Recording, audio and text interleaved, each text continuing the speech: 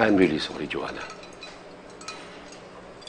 Kung hindi ko pilit lilihim sa'yo ang tungkol kay Irene, hindi sana umabot sa ganito. Okay lang po yan, Dad. Ang importante, alam na ni Irene yung tungkol sa sakit ni TJ. Siguro naman, hindi na siya babalik ngayon. You know, I really can't believe the nerve of that girl. My gosh. Akala ko naman desente yung Irene na yan.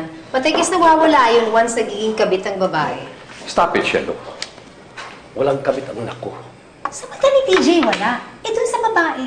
What was she thinking going after a married man? I hear someone, oh. Uy, bisita si Baby Joshua, oh. Namiss ka ni Lolo. You miss Lolo? Ha? Kaya kung ako sa'yo, Joanna, huwag kang pakakasiguro na hindi nababalik yan dito. Dahil yung mga kabit, sila pa yung malalakas ng loob na manugod at manggulo. Well, it goes to the territory of being the other woman, as they say. What can you expect, mga agaw ng asawa ng may asawa? Okay, that's enough. TJ. Enough! Tita, kahit kailan hindi nang gulo sa inyo nanay ko. In fact, hanggang sa mamatay siya, pinagbawalan niya ako na lumapit sa inyo para humingi ng tulong. Okay, now, I know you've done a lot for me through the years, but that still doesn't give you any right to talk about my mother that way. I was not talking about your mother, Oh, TJ. come on, please, tita. Saan ba manggagaling ang bitterness ninyo na yan? TJ. Dad, please, it's not now. Mabuti pa siguro, iwan niyo na lang muna kami ng pamilya ko. Excuse me.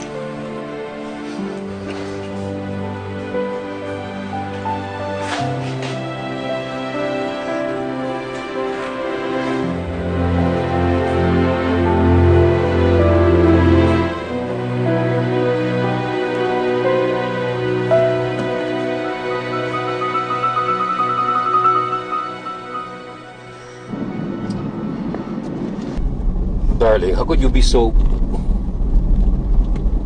thoughtless?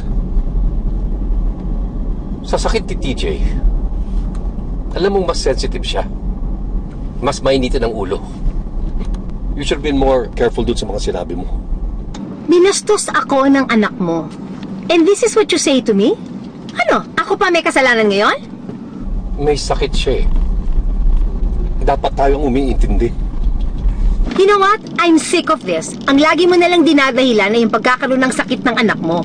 He was not disoriented kanina. He was just plain disrespectful. At dapat pinagsabihan mo siya, pero ano, hindi kinampihan mo pa eh. So okay lang sa'yo na sinigawan niya ako, ha? Shelo, that's not what I mean. But that's how I feel. That's how it feels to me.